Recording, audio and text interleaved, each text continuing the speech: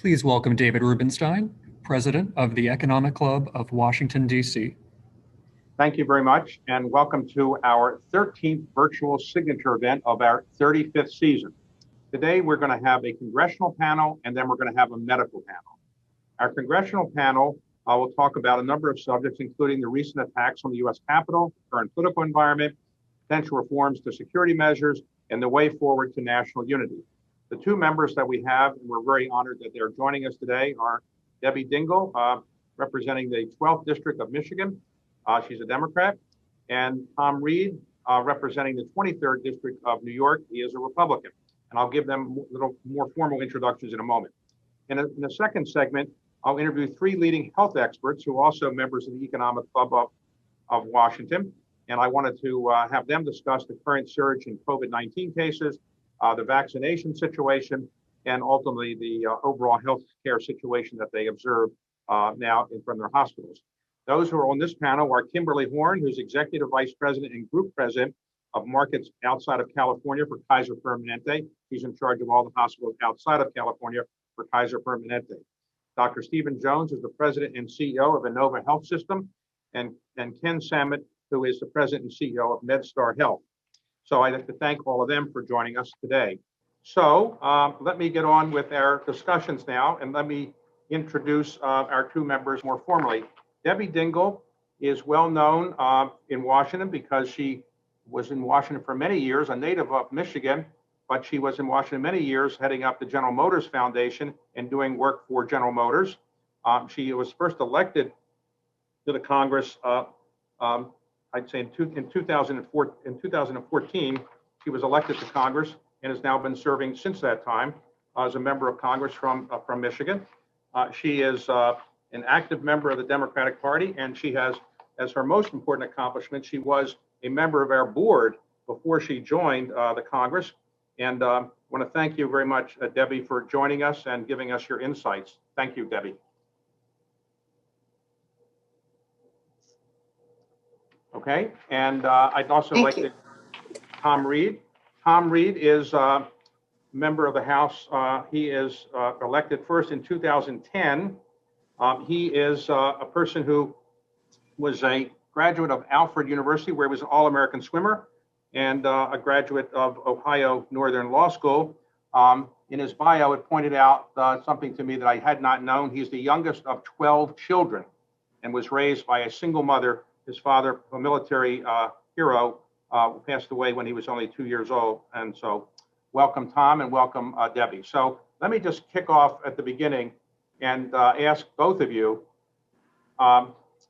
what do you think, what was going through your head during the time of the invasion of Congress? Did you know what was going on? Did you think it would be as bad as it turned out to be? Where were you when you first were told something is happening?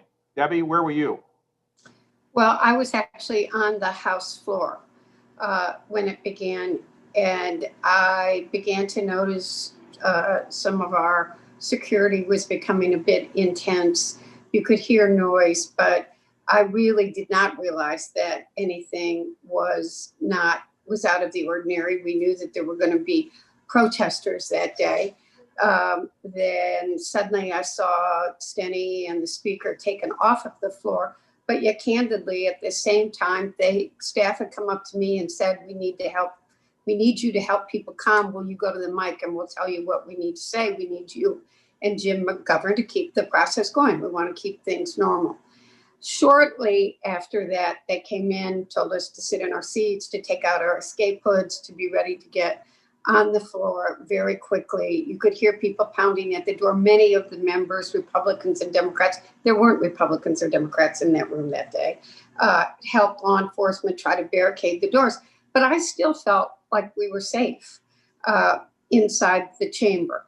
And then you began to hear glass breaking. We were evacuated. We heard the gunshot, which unfortunately resulted in the death of someone, and we were taken to an undisclosed location and there for several hours. But, you know, David, I've become used to this in a way, not used to the insurrection we have seen. But if you've ever been the target of a Donald Trump, I was with Tom when one of the worst ones happened.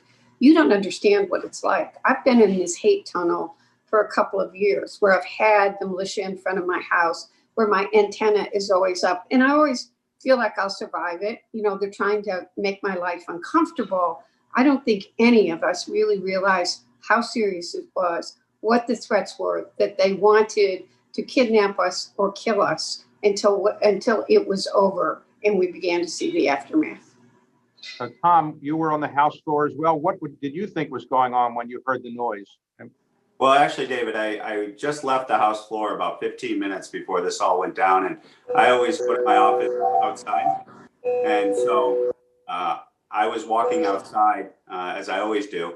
And so I was outside when the mob was coming up around the side of the Capitol. And at that point in time, they locked the buildings down. So I was essentially locked outside. And you knew it was different. You know, you knew this wasn't just a protest. You knew that this was something that needed to, that we were not expecting that day. We were obviously prepared for the protesters, but this was going to be a different situation. But I worked my way into Longworth, showed my ID, got back into my office. That's where they secured us for the duration of that event. And I will just tell you, I watched on TV. I was texting my colleagues. My best friend in Congress is Josh Gottheimer, Democratic member, co-chair of the Problem Solvers Caucus, that both Debbie and I are a part of. I founded 4 years ago with Josh to try to break and bring this country back together. And you know, we checked in on each other, found out that we were safe. And I just watched on TV, and I had tears in my eyes. I mean, it was something I never thought I would see in my lifetime, and I was disheartened. But I also left that evening when we went back to the floor in the chamber and completed democracy by completing the task at hand. And there was a lot of folks that wanted us to go off-site, that wanted to complete the process, not in the chambers, in the Senate and the House. And to the credit of both Democrats and Republicans that day, they said, no, we're going back to the chamber. We're going to not let the mob win. And I went across the aisle to stand with Josh, gave a speech that I spoke from the heart on 5 minutes notice, and just said, you know what, I'm a proud Republican. I know Josh and Debbie are proud Democrats, but we're going to stand together as Americans and not let the mob win. And we're going to go forward, and we're going to continue these disagreements, but we're going to do it not through violence, but we're going to do it by leading the country and letting the ballot box determine our future leaderships. And so glad to see us complete it. And I was energized. And to the point that Debbie made, you know, right now our country's broken. I have death threats. I had a death threat here in October with a brick and a dead rat left at my front stoop that my wife uncovered with the names of my children that were left from Democratic Socialists on the left that we are now going to be hopefully arresting here very shortly because of this event. They came out and got emboldened and are chattering on websites. So the bottom line is extremism is not the future of America. And I think leadership is going to see us through. And I'm just glad that hopefully we can move through this. And I stood at the inauguration and I sat with members on both sides of the aisle to just say, you know what, it's time to move on. It's time to move forward. And it's time for us to unite as a country. Okay, so Debbie and Tom, I'll ask you, Debbie, first. In hindsight, was it the fault to some extent of the Congressional Capitol Police or the Sergeant of Arms for not having more security, or the National Guard, or who do you think failed to provide the adequate security? And I'm also curious if you have all thought about that, if those who invaded the Capitol were more, let's say, professional in terms of their abilities to harm people, that an enormous amount of death could have occurred. So I am someone, David, that believes very strongly we need an independent panel to be looking at what happened.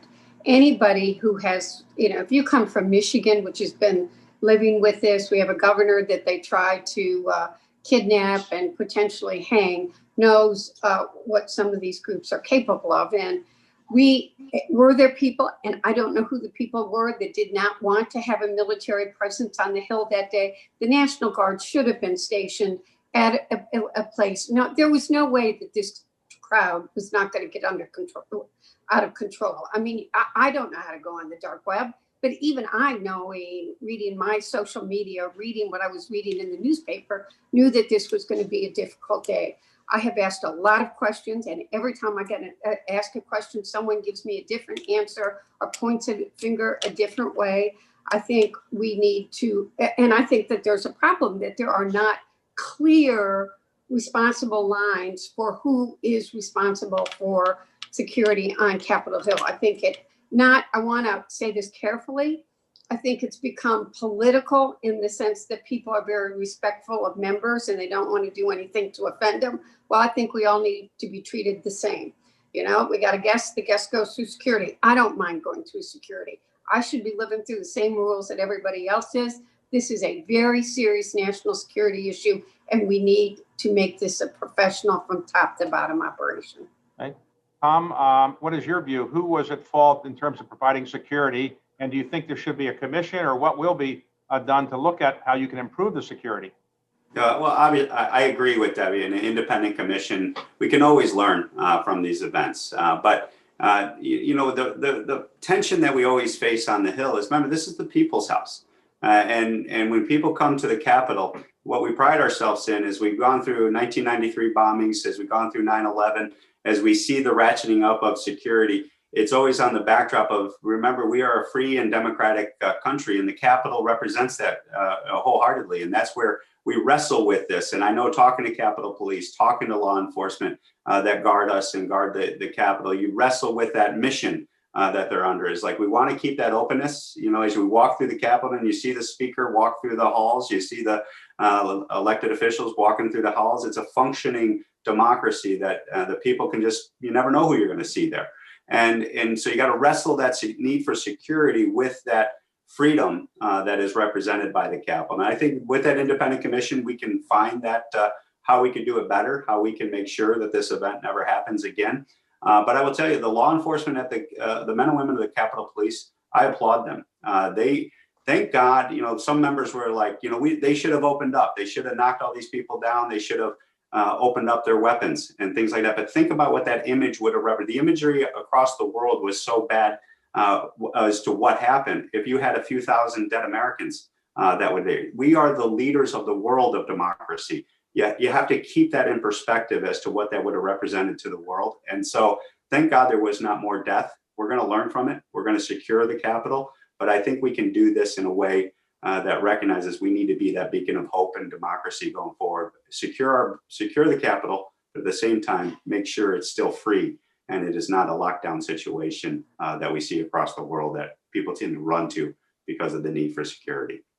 I'm sorry, Debbie, just go ahead. Say one thing that Tom's really right about that. And one of the things that I want to say is, I didn't see any of the television clips until after we finished at 4 a.m. And I've had a lot of people say, oh, that person did this or that person didn't let in. We would not be here today. People like Tom and I, if it were not for the men and women's courage that day at the United States Capitol. Clips are taken out of context. They're not understood. They defended the Capitol. And I'm very grateful to the law enforcement that kept so many people safe that day.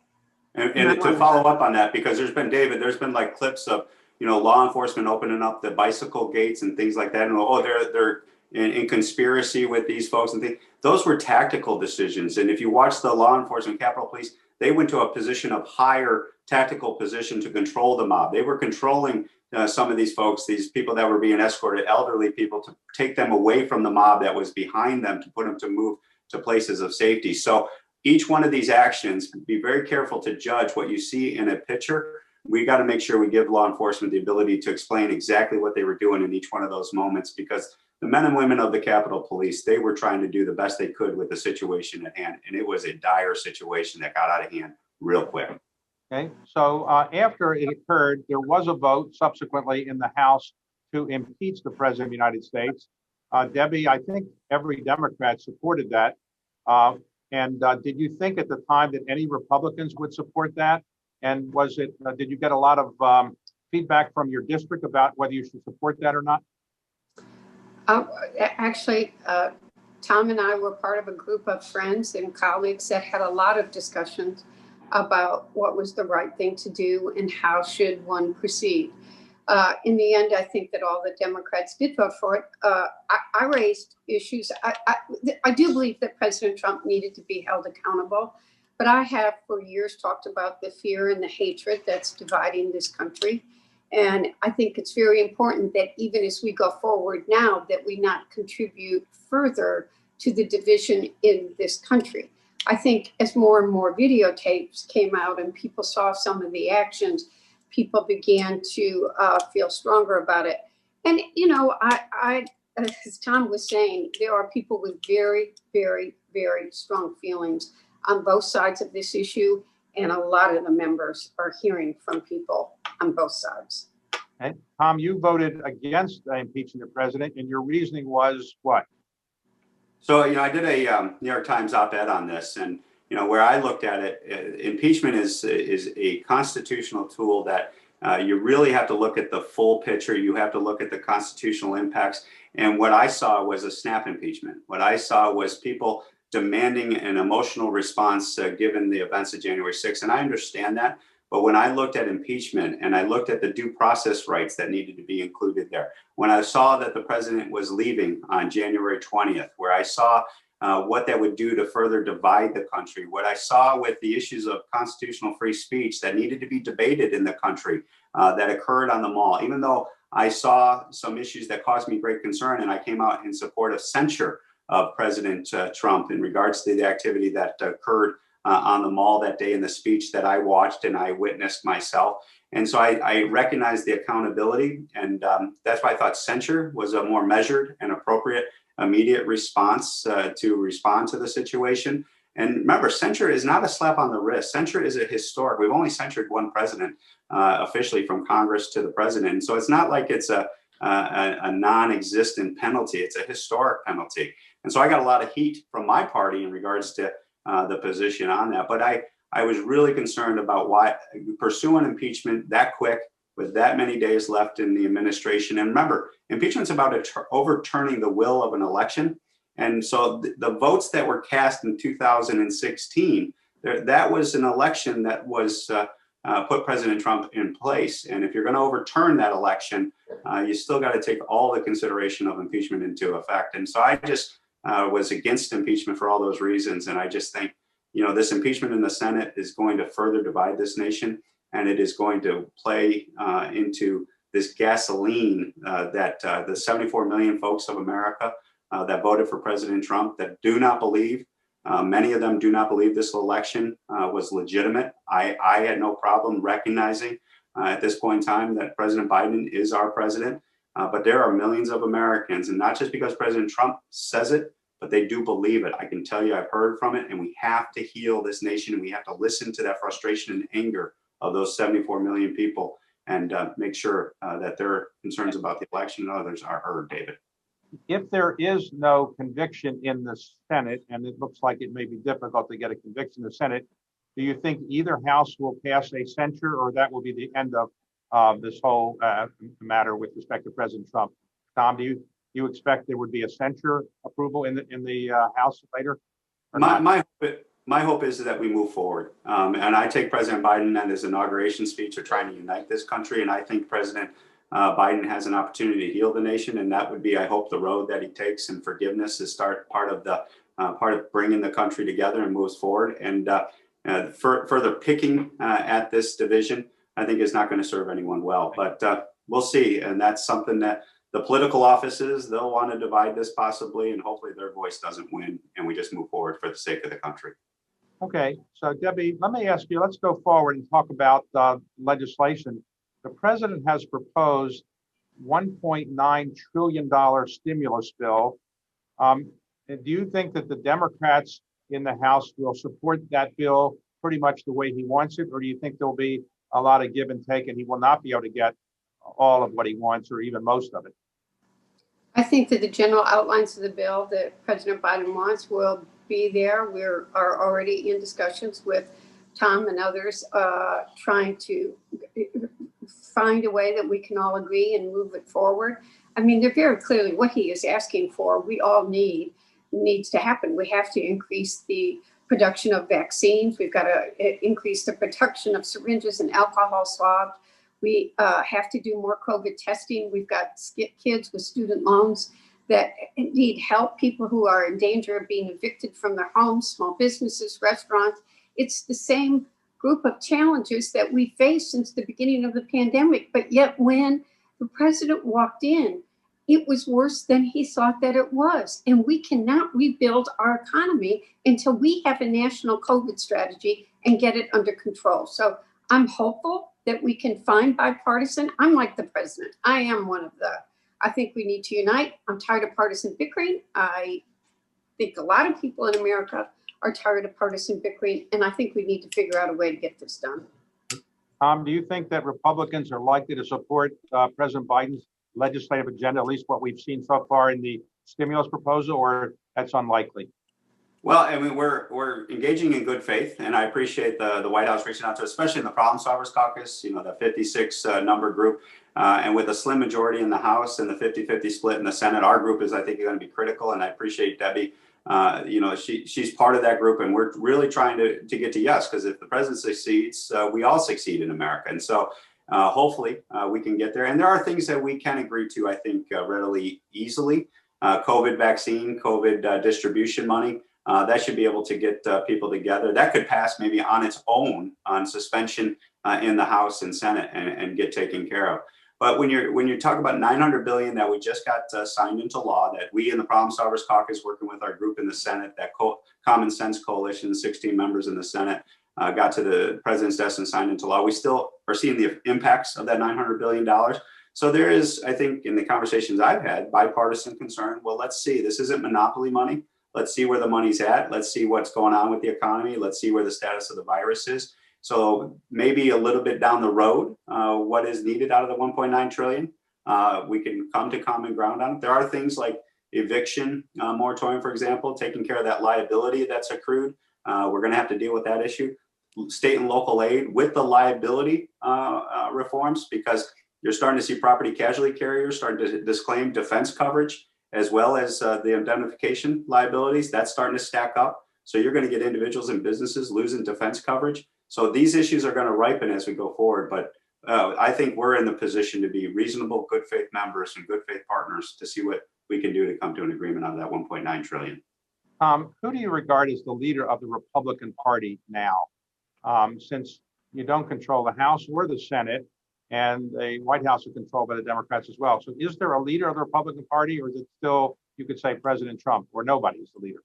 Well, that's a great question. And right now, who gave me a great amount of leadership inspiration through January 6th and elsewhere, I will tell you, Mitch McConnell, Mike Pence did what I think was needed in that period of time. They looked to the Constitution. They stood for the Constitution. And I think they gained a lot of respect by a lot of members. And I will tell you, Mike Pence in particular, who I served with, I think is raising in ranks. Keep an eye on Mike Pence as a leader of the Republican Party. And I will tell you, President Trump is not gone from Republican leadership in regards to, he's got a tremendous amount of influence and a tremendous amount of folks. But if you think of the Trump leadership effect of the folks that went to the floor of the House and Senate, those folks are going to be purged from the Republican Party, and rightfully so. So if that's the Trump leadership that you're referring to, I don't think that's going to be part of the Republican Party in the future.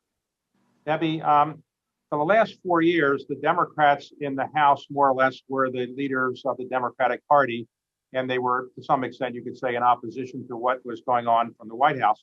But now you have a Democratic president. Is it hard to adjust to having to listen to somebody at the White House or in the cabinet offices when they're your own party, and you can't just say, this is what the Democrats stand for because we are the Democrats in the House? How do you adjust to the way you operate when you have a Democratic president? Well, no matter what party you've been in, that's always a challenge. And both parties have found very commonly after they take the White House, what happens to the United States House of Representatives in 2 years is that they frequently lose it. It doesn't matter if you're Republican or Democrat. I think that those who don't study history are bound to repeat it, and you have a lot of people that do not want to repeat modern history. And you also are dealing with people who know each other. One of the things I want to say about the team of people, not the younger, newer members that have been coming in, but leadership is a seasoned group of people. They have relationships. That's one of the things we've lost in politics, and one of the problems. We don't have relationships. People don't trust each other. That's how a lot of things used to be done. get done. You could totally disagree on an issue, but you go have a drink at night and you talk, or you play paddleball in the gym, or you had relationships. The good thing I think right now for Democrats is this leadership has known each other for a long time. They trust each other. They know when they want to, maybe go after somebody, but I think they're going to work together, and we're trying to help the newer members understand and see that as well, and have a voice, be at the table. So Debbie, you've been in the House for a number of years now, but you were in the private sector for a while. What is the pleasure of being in the House when people criticize you all the time? You have to go back every weekend to your district. People are threatening you with things. Is it job as much fun as you thought it was going to be? And you sometimes say, hey, maybe this isn't worth the aggravation factor? So I would lie. I would be totally lying if I didn't say that there are days that I wonder. I quite frankly wonder some days if I was more effective in the private sector than I am in the public sector. Except, what's happened in this country, David? We started to demonize the public sector, and we need the public sector. Our government is as strong as the people that are willing to serve in it and to fight for it. I've made great friends. One of the things about being seasoned, I say, Tom will tell you, I'm always in trouble. I say what I think, and there are not enough people that say what needs to be said in a room and then just say it as it is. And I love this country, and this country is worth fighting for. And I won't use the word I want to use if I'm going to let people attack our democracy or hurt it in any way. Okay, Tom, what's the pleasure of being in the minority in the House of Representatives? You could argue being in the majority is not that pleasurable, but being in the minority is really unpopular, or not that pleasurable, I assume. So what is the pleasure you get out of being a member of the House of Representatives, going back to your district, getting all the vilification, and also being in the minority? What's the pleasure of that? Plus the high compensation you get. Yeah, well, I will tell you, being part of the Problem Solvers Caucus, where I think we changed the rules of the House, for example, last Congress, using our relationships that are deep in regards to the relationships I have with guys like Josh Gottheimer, who's my best friend in Congress on the Democratic side. Using those opportunities to get things done and signed into law has been very rewarding. But I still, and as I said on the floor before, I love the institution of the United States Congress. I got mentors like John Boehner, Bob Michaels, God rest his soul, Amo Houghton, God rest his soul, who mentored me. And they said early on, identify some people across the aisle that are good people and become good friends with them. And guys like Jimmy Panetta, Tom Suozzi, folks that serve on Ways and Means with me, you get to know these people. And I will tell you, it still reminds me that in Congress, there are honorable men and women, people like Debbie, who come to the table in good faith and are committed to the country and love the institution. And the institution is filled with those folks. Now, what you see on cable TV, I'm not going to sugarcoat it.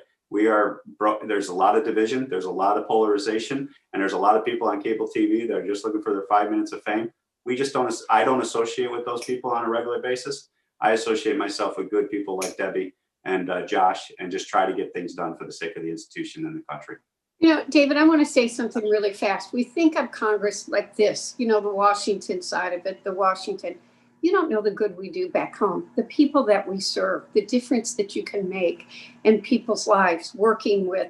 I got a steel plant taken down that sat idle for 25 years. The waters that we've gotten cleaned up, worked with Tom on in the Great Lakes, the casework that we do, the people that are desperate on COVID. That's why we do it. We do it to help the people that are counting on us, and we can make a difference for. Okay, so let me ask you, Debbie, in your case, you think that Congress will have as its highest priority the stimulus bill, but after the stimulus bill, what do you think the House of Representatives is most likely to focus its attention on? I think the next bill that you're going to see is going to be what the White House, I think, is going to want to do too, is an infrastructure bill. We've needed one for a very long time, and it will be a broad infrastructure bill. Not only, I'll quote my governor, will it fix the damn roads, excuse my language, but that is her slang, and bridges, but we need broadband. COVID has just shined a light on the disparity of broadband in urban and rural areas. We need to fix our broken pipes and infrastructure. For the environment, we got to build out an electric vehicle infrastructure. There are we have to rebuild our schools. I think that infrastructure bill will most likely be the next big bill out. I don't know what you think, Tom. I wholeheartedly agree. I think it's crying out for us to demonstrate to the country that we can work together. And an infrastructure bill, at least $1 trillion bill. I went on national TV, and I'm not supposed to do this as an elected official, but I said $1 trillion infrastructure bill. There is broad bipartisan support, not only what we need to do, but financing it, doing it with 0% essentially interest rates out there. Now is the time to seize the moment. Learn a lesson from Republicans. We led with healthcare when President Trump came in. Wrong path to take. Infrastructure heals the wounds, brings the country together, and the roadmap is already there. We've already in the Problem Solvers Caucus laid it out. Bipartisan support for what needs to be done, and the money can be there. And the country needs that fiscal stimulus too, in my opinion, and we're ready to do it. Pay for some of the stimulus and other things. Some people advocate increasing taxes. You're on the Ways and Means Committee. Do you expect a tax increase this year or next, Tom? Well, I think, there's an appetite on the left for, the fair share argument and raising revenue. So I think that's going to be a part of the conversation. The gas tax, I still don't see a gas tax increase in the horizon. Maybe an inflationary raise there. That could be something maybe that gets folks together. But there's other revenue increases that are out there. But the financing of it, debt financing plus some additional new revenue. And then also you got to think infrastructure over the horizon. As we go to wireless cars, VMT, vehicle miles traveled, the whole electronic vehicle, how you're going to do a user fee based on that model. There's some legitimate conversations going on how to take care of that revenue that could be included in the conversation. Final question for you, Tom. You are the youngest of 12 children. What is it like to grow up with 11 siblings? I had none. And how many nieces and nephews do you have now? And can you remember their names? I am not going to hazard a guess to know all their name, and they keep popping the nieces and nephews. So it's tough to keep track of that number. But, I guess it's a little bit like being in Congress. I guess that's what served me well is Mom always told us, when you guys fight and we have family fights, it's just like in Congress right now. It's just you kids figure it out and get the job done. And so how we always got together was, we always loved each other. We fought, but we always loved each other at the end of the day. And that's what made us work. And you never knew any different. I wouldn't change it for the world. It was a happy household. Okay, Debbie, final question for you. Right now, the Congress is in sort of a lockdown, so visitors cannot come in.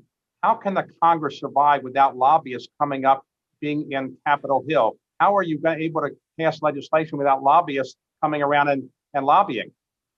I don't want to insult the members of the Washington Economic Club, but it's been kind of nice and quiet.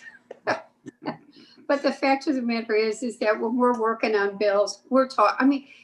I don't think of lobbyists as evil. I think of them as sources of information, and we all study. We want to get all the background information. I miss seeing people. Everybody knows me. They know I'm at 18 events a day. I like to dig in. I am a person that digs in. So I miss seeing people on the Hill, but I want us to be safe on the Hill as well. So it's good to see everybody virtually, and I'm always available for a Zoom. All right. Debbie and Tom, thank you very much for your time and your service to the country. Thank you. Stay safe. Thank you. Thank you, David. Thank you, Debbie. Okay, so now we have three medical experts. Let me introduce them again. Kim Horn, who is Executive Vice President and Group President of Markets outside of California for Kaiser Permanente. She's finishing up her first year in that position, but previously headed the Mid-Atlantic region for Kaiser Permanente. And then we have Ken Samet, who has been from 2008, the president and CEO of MedStar Health System in this region. And then Steve Jones, who has for the last 3 years been the president and CEO of Inova. So why don't we just start, and Kim, I'll start with you. How are the hospitals being inundated today with COVID-19 patients? Are your ICUs at capacity? And how bad is it if you come into the hospital today to get first priority treatment for COVID if you have it? Yeah, so it really varies across the country, David. It's in terms of the infection rate and hospitalization rate. We just came off from arguably the largest surge in the country outside of New York in Southern California most recently. And where our ICUs were way past capacity, and as well as our hospitals. And so it was enormously difficult. And it's just remarkable how the healthcare industry and our workers just responded to that. I mean, it was, day in and day out, working incredible shifts and, that sort of thing. So thankfully, knock on wood, we're seeing a little bit of a decline, in the surge that's occurring, particularly in Southern California. But we're seeing really high hospitalization rates still in places like Atlanta. And I would, even in the Mid-Atlantic and Virginia and Maryland in particular, we're not out of the woods yet. So, but it has been, it's very interesting how, the surge has impacted different parts of the country at different times. Well, in the beginning of the pandemic, there was a shortage apparently of ventilators and PPE.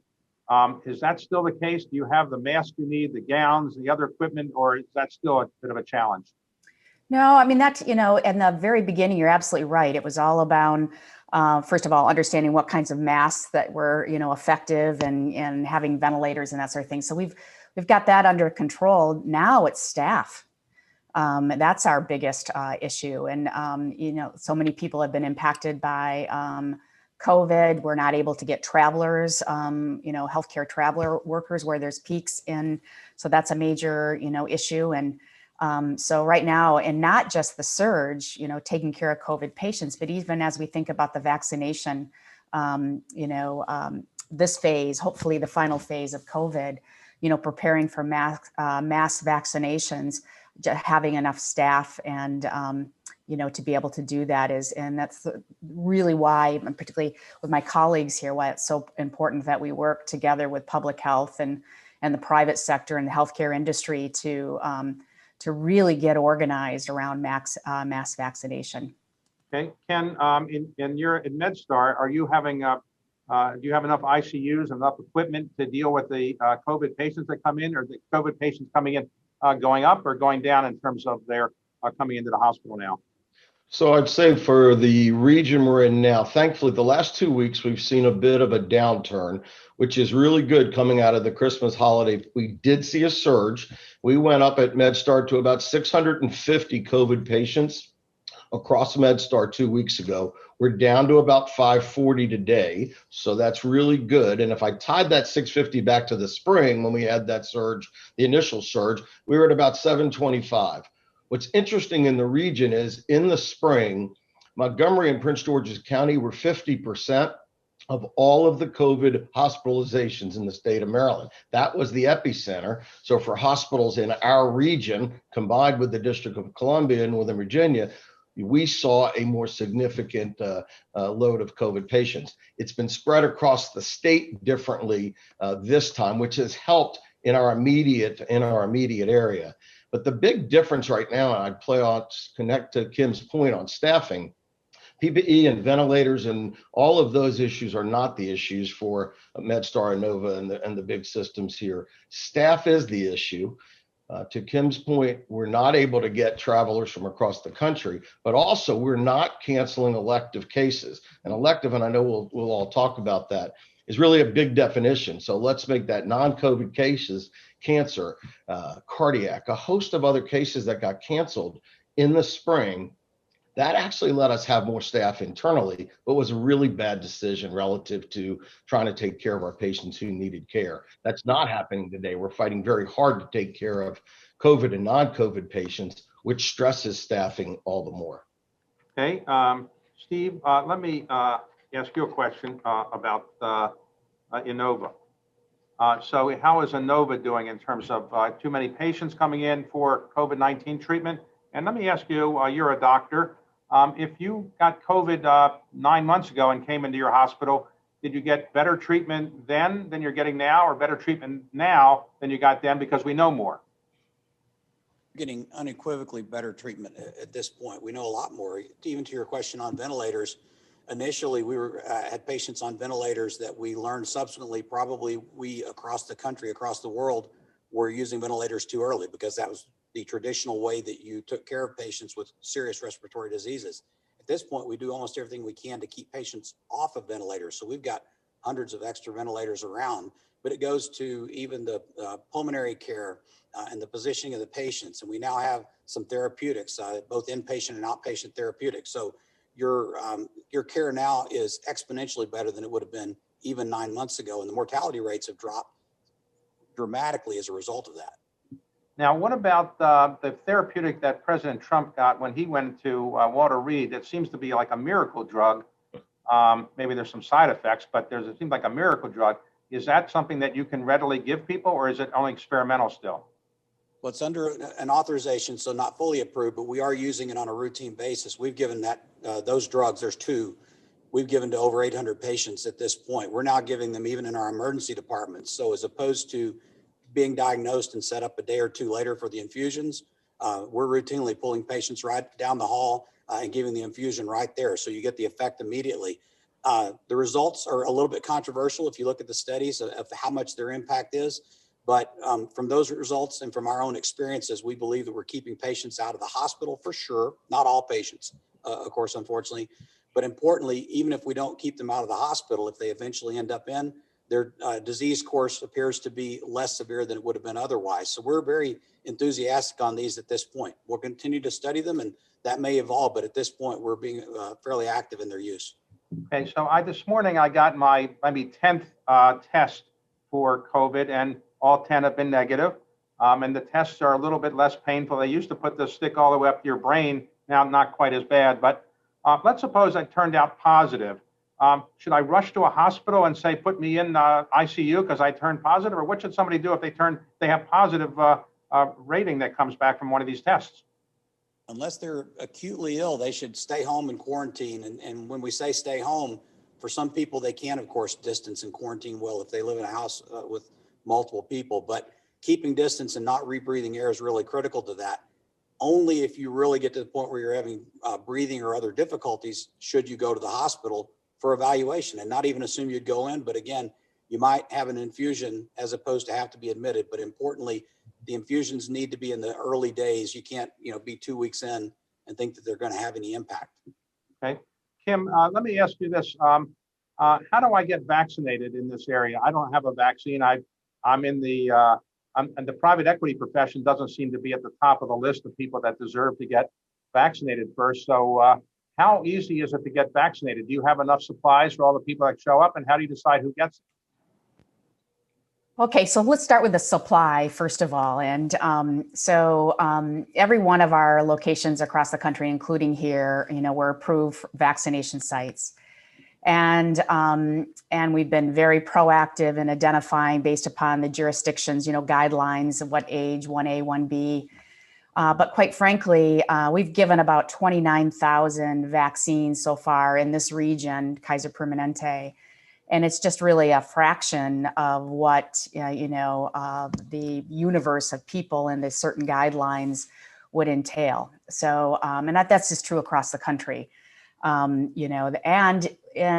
so, the availability of vaccine supply is critically important, to this. And the second is once we have it, then, given the numbers of people that we need to get through the vaccination is something we really need to work on, I believe, max vaccination sites and strategies where that we're being very planful about the number of people that we need to vaccinate, locations, because you got to think about space.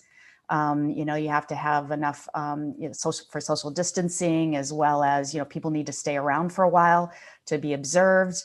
And, literally we have millions of people that need to get vaccinated.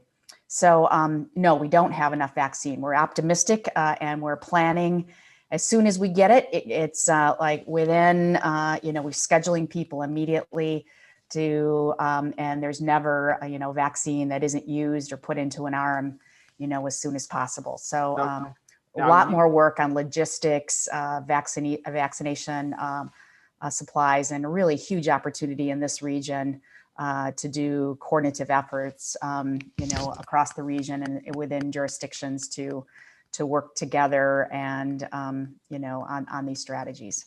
Based on what you've heard, if I have a choice of using Pfizer or Moderna, Does it make a difference if somebody said, which one do you want, or they're both the same, pretty much? I would say that there's no difference at all. Just make sure that you get the vaccine. They're both, there's no indication that one's more effective than the other. What we do try to do is to make sure that each, whatever your first vaccine is, that we're consistent, with the second vaccine. And so it's just part of the scheduling logistic challenges that we get people back in and for their subsequent vaccine with the same, either the Moderna or the Pfizer. Hey, David, can I just jump in for a second? Because I think what's behind your question that certainly is one of the biggest frustrations for all of the citizens, and it is absolutely the biggest issue for Stephen and Kim and me and our colleagues, is it's the lack of understanding a predictable level of supply that we will receive on a weekly basis if we understood the schedule. And that's true for America. And it's about leadership, because if we actually said to the country, this is what we have, this is what the supply line looks like, this is how we'll roll out. After that moment, once we know that number, it's a math equation to then design distribution at the mass level, at hospital levels, and we can work within the guidelines of who can actually get a vaccine. But because there is a false set of expectations fed by a lot of communication and conversation over time on this, people think actually every 58-year-old friend and 65-year-old friend I have can't believe they don't have a vaccine on January the 27th. And it was only December 11th that the first EUA for Pfizer came out, December 18 for Moderna. If you think about that, we were never going to be in that moment unless somehow there were 200 million vaccines coming off the line. So we need a reset. And then we really do need to understand in a predictable way what we, Inova, MedStar, Kaiser, what will we get? And then we can actually work directly with our patients, whether they're in private equity or not, to actually tell them, register, this is when you'll be able to get a vaccine, and this is what you need to do until then, which starts with wearing a mask. Well, Ken, let me ask you this. Are people calling up and saying they're having a healthcare emergency, they have to get it even if they're not otherwise qualified? Are people coming in with fake IDs about their age? Are people cheating in some ways that is very discernible to you? And all of your healthcare employees, have they been vaccinated yet? So I would say that overwhelmingly people are trying to do the right thing. There's always examples, and we all see them at times in the news, that someone tried to cheat the system. That's not the overwhelming issue. We are getting tens of thousands of people reaching out, asking how they can get a vaccine. As it relates to MedStar associates, 31,000 associates, 60% they've all been offered. 60% have taken the vaccine at this point. But as my colleagues could talk about, the real important part of that story is the variability that happens with the diversity of our associates, and people of color taking at much lower percentages than our general associate population. That is also playing out true in our region. If you look at the rates in Prince George's County being different than Montgomery County, it's really not a good thing. It's an education, it's a trusted voice issue, and we all have to do the best we can on that. Hey, Stephen, what about in your organization? Do you have enough supplies, or are people standing in line? Have all your healthcare employees been vaccinated? Have you been vaccinated? I have been. I'm a practicing physician, so I've been vaccinated on the second day that we had access. All of our employees have had the opportunity. We've had probably about 60% uptake, similar to what Ken just described. We see a disproportionate hesitancy among many members of our Black and Brown communities. Our Inclusion Council took this on before the vaccines even arrived to address very legitimate concerns on vaccine safety and effectiveness. And fortunately, we're seeing that break down, but break down nowhere near as fast as it should. And now you've been vaccinated. Did you have any side effects? I had zero. I've certainly spoken with others who have had some side effects, but similarly, when I had my Shingrix shot, which is for shingles, I had a significant reaction. I felt bad for about 36 hours, and then I felt good knowing that for the rest of my life, I was protected. Even for those individuals who have responses to these current vaccines or any that come forward, even if they have those responses, they should feel very good about the fact that they've got 95% protection against one of the most horrific diseases that's come along in our lifetime. So it's absolutely worth it, even if you have the side effects, but most people don't. I tease that I go through the area where people are waiting the 15 minutes after their vaccine every day. And it's the most boring part of my day because most people are sitting back there simply waiting for when they're told that they can leave the building. So you're a medical doctor. Tell me the answer to this. Let's suppose I get the first vaccine, but then I just never get around to getting the second one, or I don't get it for a long time. Is that the first vaccine therefore useless at that point? We don't know the answer to that. There's a lot of hypothesizing going on that topic. We tend to be very diligent at Inova on focusing on the science, and the science indicates that you need both of those doses at the timetable that the studies showed. We may find, again, science evolves and we may find out differently in the future. We've so far found that 95% of folks do come back in that window. And interestingly, if they don't come back in that window, at least through, again, very short period of time, they don't appear to come back. So about 5% are choosing not to come back. We don't know why, and we'll continue to look into that, but that's unfortunate. Suppose somebody calls you up, and has this happened, says, I'd like to make a contribution to your something part of your hospital system. Here's some money. Oh, by the way, could I get a vaccine quicker? Does that work? It absolutely will not work. And I think that the one good thing across the country, I think we've seen extremely few instances of that. And people often ask, well, why can't I get, again, everybody wants to be next. And I say, call my own wife and ask her, because she's not eligible yet. The first time she's eligible and there are doses appropriately available, she'll be in line. But right now, I think we've done a good job as a country of largely avoiding that skipping in line concept. You'll never get completely away from it, but I think we've done a great job across the country. Okay. Kim, let me ask you, in your case of your hospitals, who pays for all this? So do I just show up and I walk into Kaiser Permanente and say, guess what? I'm a Kaiser Permanente member. I'm 65 or older, or 70 or older, whatever the age is. And then they just stand in line. How do you get in line, and how do you decide who's going to get it and who's actually paying for it? Well, so first of all, it is free to the public, right? Members of Kaiser Permanente and non-members of Kaiser Permanente.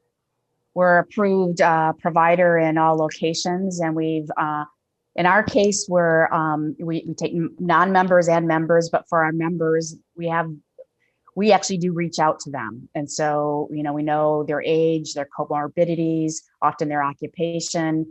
Sometimes they call into us and we put them in a, kind of a standby list, depending upon, how we're, the phasing of vaccination, each one of the jurisdictions. But if they're not coming in or calling, we're reaching out for to get people vaccinating, get them scheduled. But getting back to what Ken had mentioned, the really frustrating thing is, because people, this is a high anxiety. There are some weeks we get 60,000 doses of vaccine. And so we schedule, you have to schedule ahead. And then that next week, you've got people scheduled, and then you find out you don't, you have a fraction of that, dosage. So so it is as soon as we get the vaccine, we've got people in queue, I would call it, and ready, because we've got to make sure that it doesn't sit around, that we get as many people vaccinated as possible. So we are keeping a standby list of people who are either calling in or who we know meet the criteria, based upon the phasing in jurisdictions. Now, in testing, when I've been tested 10 times, usually people, they want to put something up my nose and so forth. I always like to ask them as a courtesy, how long have you been doing this and what were you trained as? And you get a varying number of answers, and they seem to be doing okay. But who actually is trained to put the needle in your arm? You have to be a nurse to do that, or can you train non-nurses to do that? And should I worry that they're going to put the needle in the wrong place or something? I think it's important that we address that, David. It's a real good question, because we have lots of people who right now we need in the intensive care unit or in the emergency department, but unfortunately they're in the vaccination centers. And so I would, at least during the current emergency, advocate that we allow other folks, physical therapists, occupational therapists, medical assistants. Those are all totally capable of doing that. And a clarification at a federal and state level, I think, would be helpful to expanding the number of people who could do that. But is it hard to screw up putting the needle in the arm, or take a lot of training to do that? I don't think I could do it, but how long does it take to get trained to do that? I think I could teach you in about 3 or 4 minutes. Yeah, well, you've never seen my physical capabilities. It'd probably take a couple hours, but okay. I was going to jump in and say, to Stephen's point, we actually developed a quick simulation training model. It's literally 6 minutes with the introduction, because medical students, nursing students, and ultimately the National Guard tied to big scale up sites. This isn't complex medicine. We just have to get people ready for that, because the staff really does need to be taken care of. They do need to be taking care of the COVID patients and non-COVID patients in the hospitals. So Ken, let me ask you this. What about the new strains that we're hearing about coming from South Africa, England, Brazil? Do you see evidence in your hospitals yet of a new strain of COVID-19 or whatever we're calling it, or you don't see it yet? So we see the early signs of that, and we test for that. Not on the we haven't seen the South African piece, but I think it would be silly, as you're hearing from the national leaders and Dr. Fauci, it'd be silly to assume they're not all here in the United States, and they'll have implications for us. I don't think we should go to the panic stage of saying, so don't get a vaccine because they won't be worthwhile, they won't be beneficial. They'll be beneficial from everything we're hearing. We'll find out about the efficacy on that. But even if it somehow took efficacy to 70% from 90, we need to do that. It is far better. But the other thing that is so important about these variants is they transmit quicker, which means we have to do everything possible not to let that happen. That means take vaccines when you can. And it definitely means we have to keep beating this drumbeat. Wear a mask, social distance, be smart. We can control this. And I know this has become a political issue, but it's absolutely not. It's the simplest science that there is. We'll save lives while we're getting to, hopefully, some community immunity. It is so important, and yet for some reason still seems to be a debatable point for some people. Okay. Let me ask a medical question again to Stephen. If I've had COVID-19 and some members of my family have had it, should I get the vaccine, or should I say I don't need it because I already have the relevant antibodies? What should I do? Current science would say that for at least 90 days, you've got protection. The number of people who've had COVID and then have had COVID again is very low. And to my knowledge, no one has had severe COVID after an initial case of COVID. So there's a lot of protection there. So our recommendation is that people wait, and in that 90-day window, if they're eligible, go ahead and get their COVID vaccination. And Kim, in all the hospitals that you are involved with around the country, is there an advantage in living in one state versus another state to get treatment or to get the vaccine? Or should I forum shop? Should I say, let's suppose I have 5 different homes, which I don't have, but if I had 5 different homes, can I use one of those homes as the place to go to the right place to get the vaccine? Are people doing that, or is there an advantage to doing that? So I have heard people, contemplate that. And first thing I would like to say that if you're eligible, and there are lots of different providers of vaccine, that we're really encouraging people to get vaccinated wherever they can if they're eligible.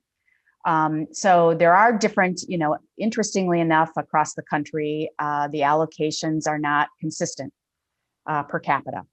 And so we're hoping that changes that. So we're finding some places in the country, none of them have enough. So let me just say that there's no place that I'm aware that would say, oh, we've got it all. You don't worry about us. But there is varying degrees of allocation by state. And I think we're all really hopeful now with a more concerted, planful COVID response that the allocation will be predictable, as Ken had said, and then the allocation methodology, will have, take into account, the numbers of people that are eligible and in each of the phases. So David, I just add though, that question is really important for the Economic Club members listening in this region, because we obviously have a tri-state area. And as it relates to who can get vaccines, right now we have 3 different sets of rules. So Virginia's in a certain place, DC's in a certain place, and Maryland's in a different place relative to age, relative to other comorbid conditions, and can they be considered? But yet we take care of patients, all 3 of our organizations, who live in all 3 jurisdictions. And so this gets back to the need to ultimately have a federal plan, because it's so hard to tell a patient, for us that lives in Northern Virginia, we can't take care of you yet because it's a jurisdictional issue. The same would be true in reverse for Stephen, of course, for a patient in Maryland. So I'm hoping that we can get that complication out of the way And then we can prioritize those patients that actually need the limited vaccines we have at the highest level. And Well, if we could do that, that would just alleviate so much of the anxiety and angst and the resources that it's taking within the healthcare system to try to sort that out. We have members and patients in all 3 jurisdictions, and the methodology that we have to use, and it changes, in terms of how we're queuing up people and notify them. This is really, really important. And something, if we don't get at the federal level, I would argue maybe it's something we can do in the region, just given the metropolitan, regional nature of our region. so Kim, in your organization, since COVID has started, has it cost you a lot of money? Have you made some more money than you thought, or you basically break even on COVID on the overall financial situation because of federal reimbursement or whatever, or you lost money because you couldn't do elective surgery? How do you calibrate what the impact has been on your organization? Well, I think it's cost all of, the economy, not just the, healthcare. And, but I would say in different parts of the country, it's impacted differently. But overall, I mean, it's been a huge economic drain, on all of our organizations, preparing for the surge in the very beginning, taking care of patients. Ken had mentioned that we had to delay, in the very beginning. We didn't know if we'd have enough beds, and then the transmission of COVID. So we canceled not just elective procedures, I would say those things that could be delayed or kind of put off that were not urgent.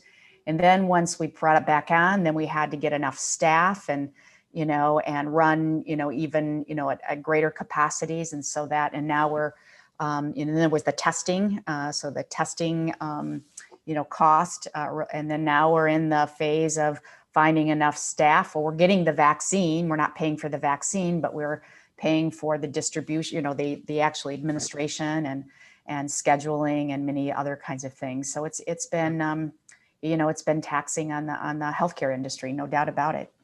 So Stephen, I have all the body parts that I was born with. I don't have any artificial ones that I'm planning to get, but let's suppose I wanted to get an artificial hip because all my friends had them, I want to get one. Is now a bad time to come in and get one? Because I might be afraid that I'm going to get COVID in one of your hospitals. Is there a risk that somebody comes in for elective surgery unrelated to COVID and he or she comes down with COVID because you're not adequately able to protect? I think it's important. That's a great question, David. That originally, when we saw some of the terrible things that happened in New York and Italy, where there weren't protections, there's no doubt that there was significant transmission of COVID, both to the team members who are providing the care and potentially to other patients.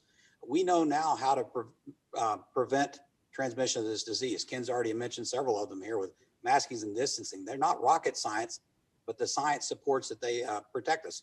There's a way that we know that. So for example, we've had about 10% of our employees at Inova who have had COVID, which sounds like a big number until you see that the CDC said back in November, some months ago, that 15% of all Americans had COVID.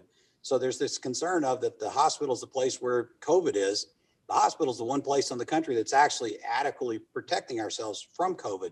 And so you should absolutely get the necessary medical care, none that's unnecessary, of course, but the necessary medical care. And in fact, we saw tragedies across the country where people withheld care, sometimes because perhaps the industry was forced to hold it back, perhaps because people were afraid.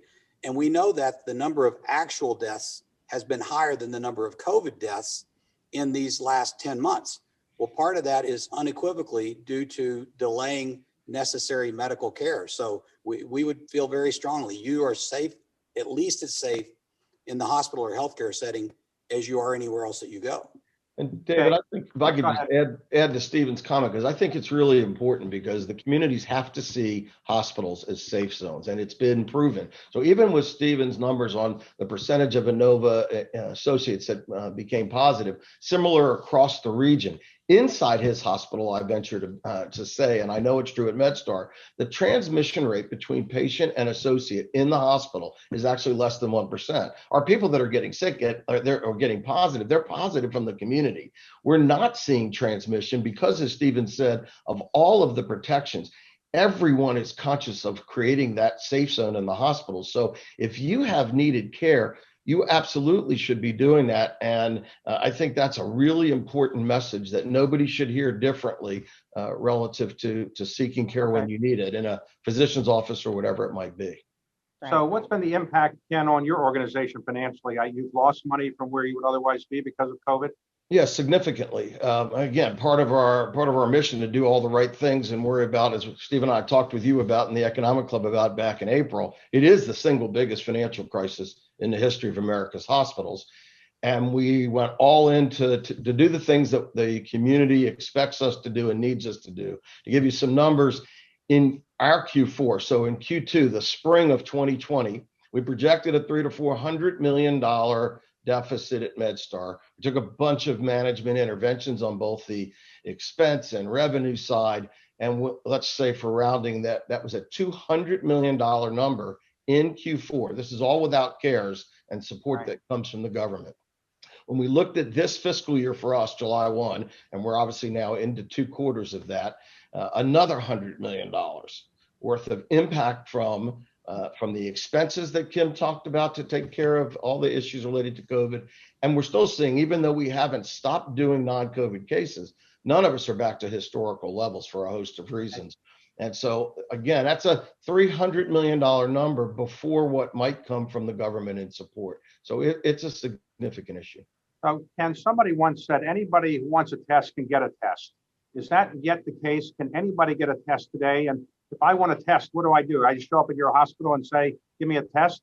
Yeah, I don't think testing any longer is the issue. So for MedStar, if you have a symptom, if you're symptomatic, you can show up at our urgent care centers, at our EDs. Obviously, you can go to all the primary care physicians. If you simply want to test, though, there are major drive-through scaled up sites all over the region. Getting a test is not an issue. Okay, Stephen, I may ask you, if I get positive on my COVID test, which I haven't had yet, I haven't been positive yet, and you say I should quarantine at home if I don't feel so bad, what should I do when I'm quarantining at home? Should I drink a lot of water? Should I drink a lot of Diet Coke? Should I go to McDonald's and get things delivered? Or what should I eat that's going to make me recover more quickly? Anything I can do to help myself recover? At this point, there's nothing other than just taking the normal good care of yourself and staying away from others in that period of time where you could potentially transmit it, because we still don't understand why so many cases are mild and so many cases are severe or fatal. And so staying away from other people is the only advice I would give you in that window. Okay, and have you had a vacation since COVID started? And are you planning to have a vacation ever, or when are you going to get your next vacation? So my wife and I drove to Maine and rented a cabin on the water back in early September. It was a great week for us. I currently am scheduled to go skiing in about 6 weeks. And a lot of that will be, one is I'm vaccinated.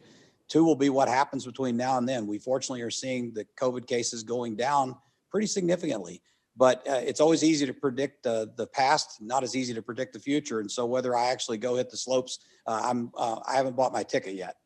So what's more dangerous, going there with you're being vaccinated, but everybody else might not be, or just skiing? Is that more dangerous for you? I'm a pretty safe skier. David, there's one thing we haven't talked about I think is worth talking about. Okay. On vaccine availability, though, one of the things that hasn't been discussed nationally is the fact that we're throwing away a lot of vaccine in the bottom of the bottles. And I think it's time for us to look seriously at that. Our pharmacists have looked at it and have been able to get about 8 to 10% more dose out of the bottles. Right now, we're not allowed to do that, but my understanding it's being looked at that we would potentially be able to do that. That's that you think those drops in the bottom don't matter, but if you can get even 5% more, that's pretty significant on the number of Americans that need to be vaccinated. And that's one that I hope will be taken under consideration as well. Yeah, I know that it's being looked at and so forth. So do you have you ever talked to Dr. Fauci about this? Do you think he's basically feeling a little bit better today than he was a couple months ago? He looks like he's doing well. I haven't spoken specifically on that topic with him, but I have had the opportunity to speak to him a couple times during this, and I, as always, appreciate his leadership. Okay, so I think we're out of our time, and I wanted to say to all of our guests, Kim and Stephen and Ken, thank you very much for giving us this information. I assume if anybody has any health questions, they should go to one of your 3 organizations and no other organization. Is that right? Exactly. Okay. Exactly. Thank you all. Thanks very much for participating. Thank you. Bye, everybody.